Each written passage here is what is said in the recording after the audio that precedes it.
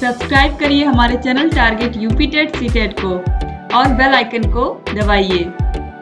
Hello friends, मैं रेनू स्वागत करती हूँ आप सभी भावी अध्यापक एवं अध्यापिकाओं का आपके अपने channel target UP TET CTET में। दोस्तों, हम लोगों ने साइंस विषय में लेसन नंबर 1 कंप्लीट कर लिया था और आज हम पढ़ने वाले हैं लेसन नंबर 2। और आपको पता है कि सबसे पहले हम बहुविकल्पी क्वेश्चंस को पढ़ते हैं, उसके बाद फिर अतिलघुत्तरीय क्वेश्चंस को पढ़ते हैं। तो सबसे पहले बहुविकल्पी क्वेश्चंस को आज हम पढ़ने वाले हैं, तो चलिए स्टार्ट करते हैं। और अगर अभी तक आपने फर्स्ट चैप्टर का बहुविकल्पी और अतिलघुत्तरीय क्वेश्चन नहीं देखा है तो उसका लिंक आपको डिस्क्रिप्शन बॉक्स में मिल जाएगा।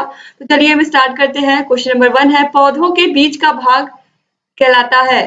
ऑप्शन है जड़, तना, पत्ती या फिर फल। दोस्तों, पौधों के बीच का भाग कहलाता है तना। ऑप्शन बी बिल्कुल सही है। क्वेश्चन नंबर 2 है, रथ में पाए जाते हैं। ऑप्शंस हैं पत्तियों की ऊपरी सतह पर, पत्तियों की निचली सतह पर, दोनों ओर या फिर इनमें से कोई नहीं। दोस्तों, राइट आंसर है ऑप्शन बी, पत्तियों की निचली सतह पर। आप किसी भी चीज की पत्ती, आप आम की पत्ती देखिए, अमरूद की पत्ती को देखिए तो नीचे आपको रत्न दिखाई देंगे। ठीक है, थोड़ा खुरदुरा टाइप का होता है नीचे। इसके बाद क्वेश्चन नंबर 3 है, जड़ें होती हैं 2 प्रकार की, 3 प्रकार की, 4 प्रकार की या फिर 5 प्रकार की। दोस्तों, जो जड़ें होती हैं वो 2 प्रकार की होती हैं, मूसला जड़ें और अपस्थानिक जड़ें। आप याद रखिएगा, ऑप्शन ए जो है वो बिल्कुल सही है। क्वेश्चन नंबर 4 है, उद्दीपन के प्रति संवेदनशीलता का गुण पाया जाता है। यानी कि यहां पर बताया गया है कि उद्दीपन के प्रति संवेदनशीलता, जैसे कि आपने छुई मुई के पौधे को देखा होगा, अगर आपने उसको टच किया होगा कभी तो आपको पता होगा जैसे ही आप उसको टच करते हैं वो तुरंत ही क्या होता है, पौधा मुरझा जाता है, यानी कि बहुत ही संवेदनशील होता है। ठीक है, तो यहाँ पर ऑप्शंस हैं पौधों में, जंतुओं में, ए व बी दोनों में या फिर इनमें से कोई नहीं। दोस्तों, चाहे पौधा हो या जंतु हो, दोनों में ही उद्दीपन के प्रति संवेदनशीलता पाई जाती है। तो राइट आंसर होगा यहाँ पर ऑप्शन ए व बी दोनों। ठीक है, ऐसा नहीं है व्यक्ति, आप लोगों ने सीखने के सिद्धांत या फिर ये कहें कि सीखने के नियम, आपने पूरा लर्निंग चैप्टर ही पढ़ा है। लर्निंग चैप्टर में आप लोगों ने थार्नडाइक का सिद्धांत देखा है, उद्दीपन अनुक्रिया का सिद्धांत देखा है, स्किनर का सिद्धांत, इसके अलावा आपने कॉलर का सिद्धांत देखा है। उन सभी में क्या था, उद्दीपन के प्रति संवेदनशीलता ही तो थी, यही सब चीजें थी इसमें। तो यहाँ पर क्या जंतुओं में भी पाई जाती है और पौधों में भी पाई जाती है उद्दीपन के प्रति संवेदनशीलता। तो राइट आंसर हो गया ऑप्शन सी। इसके बाद क्वेश्चन नंबर 5 है, पौधों को जमीन में मजबूती से जमाए रखती है। आप सभी को पता है इसका आंसर क्या होगा। पौधों को जमीन में मजबूती से जमाए कौन रखता है ताकि पौधे खड़े रह सकें? किसके सहारे पौधे खड़े रहते हैं? अपनी जड़ों के सहारे। तो राइट आंसर क्या होगा, ऑप्शन ए बिल्कुल सही है। इसके बाद क्वेश्चन नंबर 6 है, पेड़ पौधे भोजन बनाने की क्रिया में उपयोग करते हैं। दोस्तों, पेड़ पौधे जो भोजन बनाते हैं उस क्रिया को क्या कहते हैं? उस क्रिया को कहते हैं प्रकाश संश्लेषण। दोस्तों, सूर्य के प्रकाश की उपस्थिति में जल और कार्बन डाइऑक्साइड की सहायता से पेड़ पौधे अपना भोजन बनाते हैं।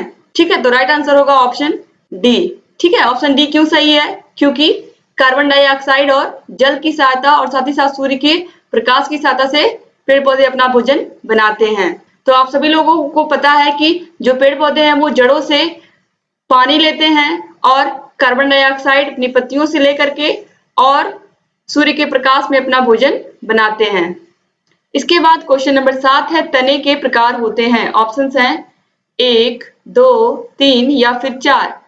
तो दोस्तों, जो तने होते हैं वो 2 प्रकार के होते हैं। पहले होते हैं दृढ़ तने।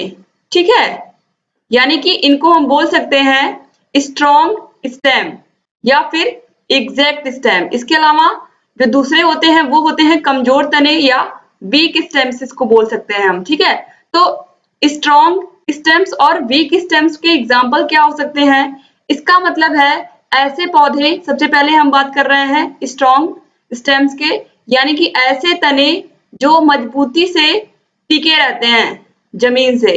ठीक है, जमीन के ऊपर। जबकि जो वीक स्टेम्स होते हैं वो जमीन से जुड़े हुए नहीं होते हैं बहुत ही मजबूती से। अब इसके एग्जाम्पल देखिए, पहले हम स्ट्रॉन्ग स्टेम यानी कि दृढ़ तने की बात करेंगे। इसके अंतर्गत नारियल का पेड़ आएगा, ताड़ का पेड़ आएगा, खजूर का पेड़ आएगा और भी बहुत सारे पेड़ है दोस्तों, जैसे बांस हुआ, गन्ना हुआ, मक्का हुआ, ठीक है।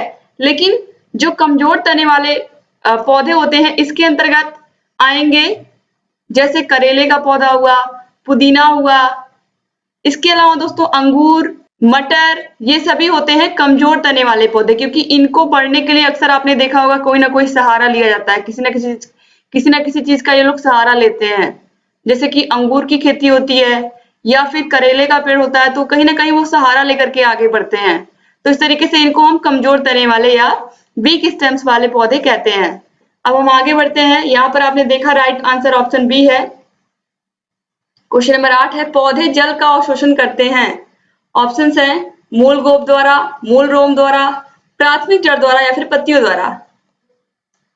दोस्तों इसका जो राइट आंसर है, पौधे जल का अवशोषण करते हैं, राइट आंसर होगा ऑप्शन बी, मूल रोम द्वारा। अब मूल रोम द्वारा कैसे होता है आप समझ लीजिए कि जो मूल रोम होता है इसके दो संवहन उत्तक होते हैं, एक होता है जाइलम, दूसरा होता है फ्लोएम। जो जाइलम होता है वो जल का अवशोषण करता है, जबकि जो फ्लोएम होता है वो भोजन का संवहन करता है पौधे में, ठीक है, जो पौधे की जड़ें होती हैं उनके द्वारा। तो आप याद रखिएगा। अब यहाँ पर चूंकि पौधे जल का अवशोषण करते हैं तो यहाँ पर मूल रोम दिया है, तो मूल रोम के अंतर्गत ही जो संवहन उत्तक होते हैं वो होते हैं जाइलम और फ्लोएम।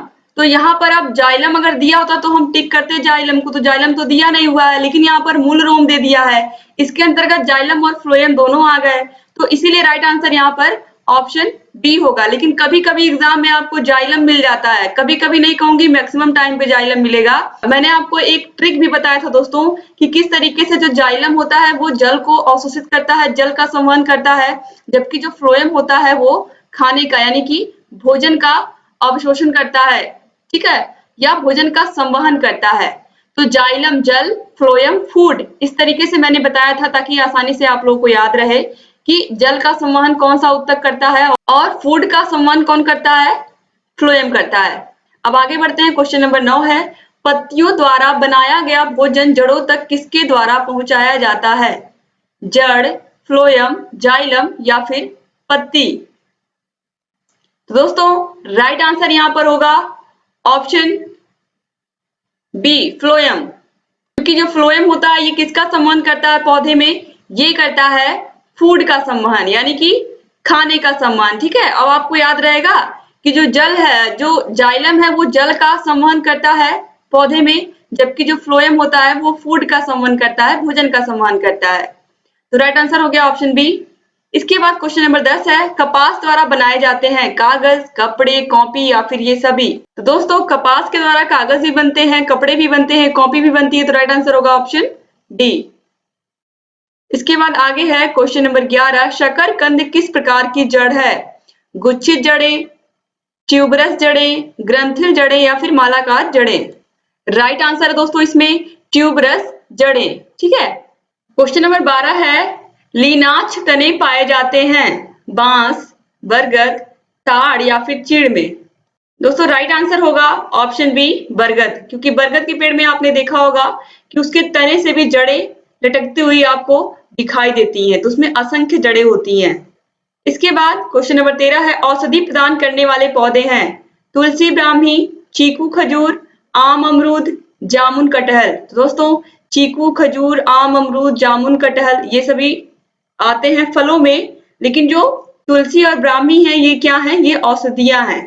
तुलसी का यूज करते हैं बुखार होने पर, और भी बहुत सारी चीजों में तुलसी को औषधि के रूप में प्रयोग किया जाता है। इसी तरीके से ब्राह्मी का भी प्रयोग होता है, तो राइट आंसर होगा ऑप्शन ए। इसके बाद आगे बढ़ते हैं। क्वेश्चन नंबर 14 है, पौधों में उत्तेजनशीलता का प्रदर्शन स्पष्ट दिखाई देता है आम में, छुई मुई में, नीम में या फिर अदरक में?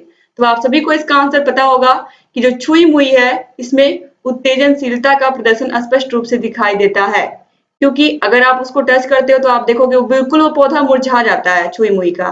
तो राइट आंसर हो गया ऑप्शन बी। इसके बाद क्वेश्चन नंबर 15 है, भोजन संचयन के लिए अपस्थानिक जड़ का रूपांतरण है तर्क रूप, परिणाम स्तंभ, कंदगुच्छ या फिर कुंभी रूप? दोस्तों जो परिणाम स्तंभ होते हैं इनके अंतर्गत गन्ने का पौधा आता है, इसके अलावा मक्के का पौधा आता है, क्योंकि इन पौधों से निकली हुई जो जड़ें होती हैं वो तने से निकल करके फिर से जा करके वो जमीन के अंदर जाती हैं और इस तरीके से वो खनिज लवण और भोजन का संचय करती हैं पौधे के लिए। ठीक है, तो ये राइट आंसर होगा ऑप्शन बी।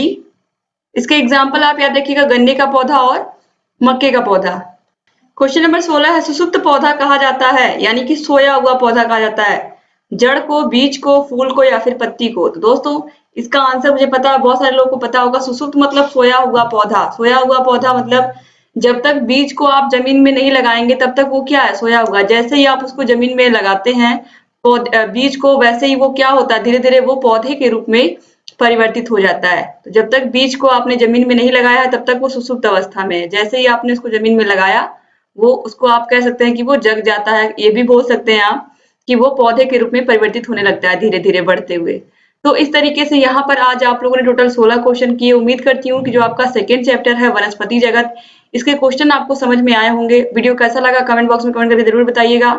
और दोस्तों अगर आपने अभी तक हमारे चैनल को सब्सक्राइब नहीं किया तो प्लीज तुरंत सब्सक्राइब कर दीजिए और बेल आइकन को जरूर प्रेस कर दीजिए, जिससे हमारी जो भी वीडियोस आती हैं उसका नोटिफिकेशन आपके पास समय से पहुंच जाए और आप लगातार हमारे चैनल से ऐसे ही बने रहें। दोस्तों हम लोगों ने सभी विषयों की रिवीजन क्लासेस स्टार्ट की हैं। अगर आपने नहीं देखा है तो आपको सभी विषयों के प्लेलिस्ट की लिंक इस वीडियो के नीचे डिस्क्रिप्शन बॉक्स में मिल जाएगी। और आपको कहीं किसी प्रकार की समस्या है तो कमेंट बॉक्स में कमेंट करके हमसे पूछ सकते हैं, ताकि हम आपके सभी छोटे मोटे सवाल हैं आप लोग के सभी का जवाब दे सके। जब तक आप लोग अपने सवाल नहीं करेंगे तब तक हम लोग जवाब कैसे देंगे। तो बहुत जरूरी है, आपको जहाँ कहीं भी कोई भी प्रॉब्लम है कमेंट बॉक्स में कमेंट करके पूछते रहिए। और दोस्तों आप लोग के परीक्षा से रिलेटेड कोई भी न्यूज होती है तो हम आपको जरूर देते हैं। इसके अलावा आप लोग के स्टडी लगातार हम करवा ही रहे हैं। तो इस तरीके से दोस्तों आगे चल करके ये सिलसिला ऐसे ही बना रहेगा, क्योंकि आगे चल करके हम आपको UP TET, super TET, C TET सबकी तैयारी करवाने वाले हैं। तो बस ऐसे ही हमारे चैनल से बने रहिए, सभी वीडियोस को देखते हुए रहिए और हमारे टेलीग्राम चैनल से भी जुड़ जाइए। टेलीग्राम चैनल का भी लिंक आपको डिस्क्रिप्शन बॉक्स में मिल जाएगा, आसानी से आप देख सकते हैं।